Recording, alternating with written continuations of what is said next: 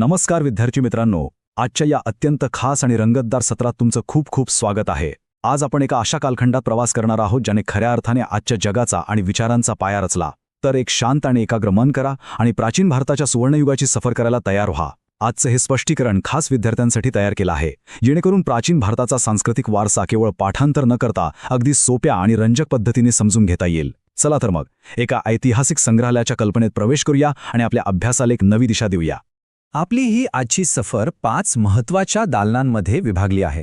पहिलं दालन आहे सांस्कृतिक पार्श्वभूमी, दुसरं भाषा आणि साहित्य, तिसरं धर्म आणि तत्वज्ञान, चौथं वास्तुकला आणि कला, आणि शेवटी 5वं दालन असेल नाणी आणि शिलालेख. चला लगेच सुरुवात करूया. पहिलं दालन सांस्कृतिक पार्श्वभूमी. चला पाहूया या प्राचीन विकासाची पाळेमुळं नेमकी कुठे दडली आहेत. प्राचीन भारतात कला, साहित्य, धर्म आणि तत्वज्ञान यांचा जो प्रचंड विकास झालाय ना, तो काही रातोरात किंवा आपोआप नाही झाला. त्यासाठी महान राजांच्या दूरदृष्टीची गरज होती. अशोक, गुप्त, सातवाहन, चोल आणि पल्लव यांसारख्या बलाढ्य राजवटींबद्दल आपण ऐकलंच असेल. या राजांनी केवळ लढाया नाही केल्या, तर एका प्रगल्भ समाजाची निर्मिती करण्यासाठी त्यांनी कला आणि संस्कृतीला भरघोस पाठिंबा दिला.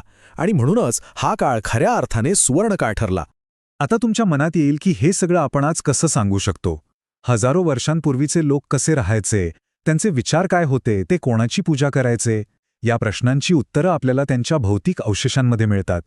ही भव्य मंदिरे, स्तूप, रहस्यमय गुंफा, शिलालेख, नाणी आणि अतिशय सुबक मूर्ती या केवळ निर्जीव वस्तू नाहीत बरं का.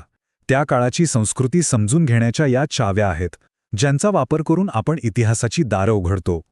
आता वळूया आपल्या दुसऱ्या दालनाकडे, भाषा आणि साहित्य. प्राचीन भारताच्या संवादाची आणि ज्ञानाची साधने कशी होती ते बघूया. इथे आपल्याला 2 खूप महत्त्वाचे प्रवाह पाहायला मिळतात. एकीकडे संस्कृत ही त्या काळातील ज्ञानाची अगदी प्रमुख भाषा होती.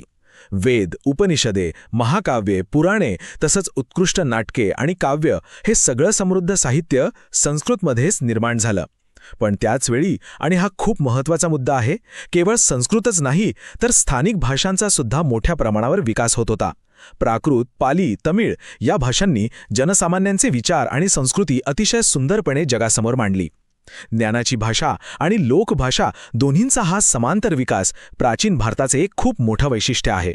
तिसरं दालन धर्म आणि तत्वज्ञान. समाजाचा आध्यात्मिक गाभा समजून घेण्यासाठी हा विभाग एकदम गरजेचा आहे.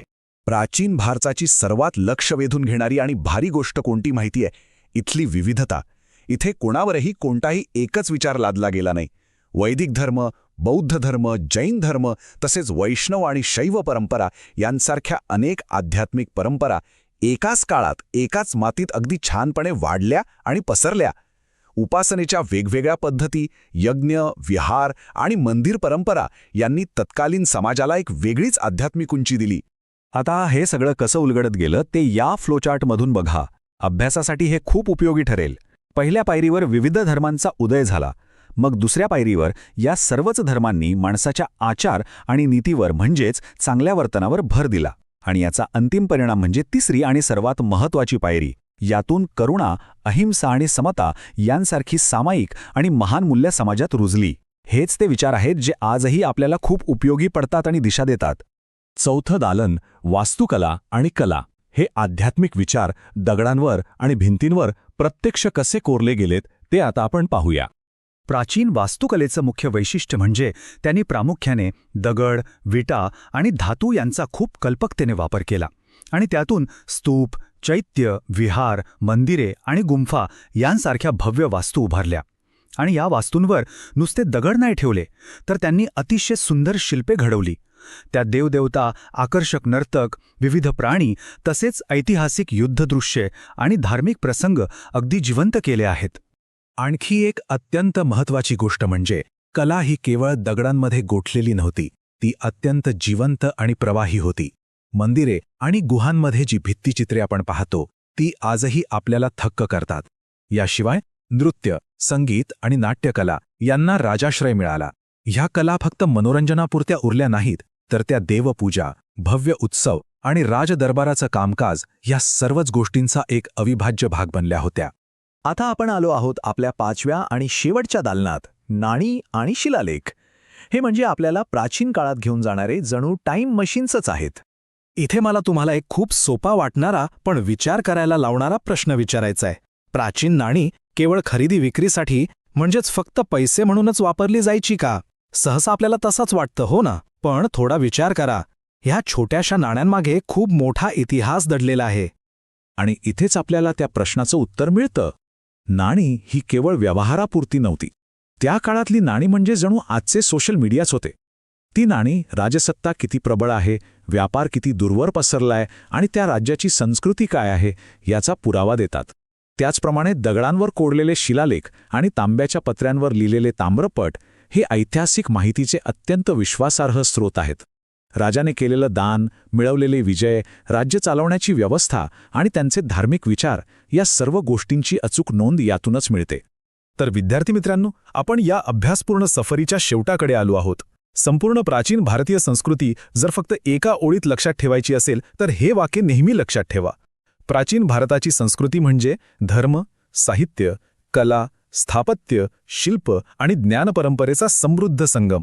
हा केवळ एक विचार नाही, तर या पूर्ण सत्राचा हा अगदी अचूक अर्क आहे. परीक्षेच्या वेळेस आणि पुढेही हा समृद्ध संगम नक्की लक्षात ठेवा. शेवटी जाता जाता तुम्हाला एका प्रश्नावर विचार करायला सांगणार आहे.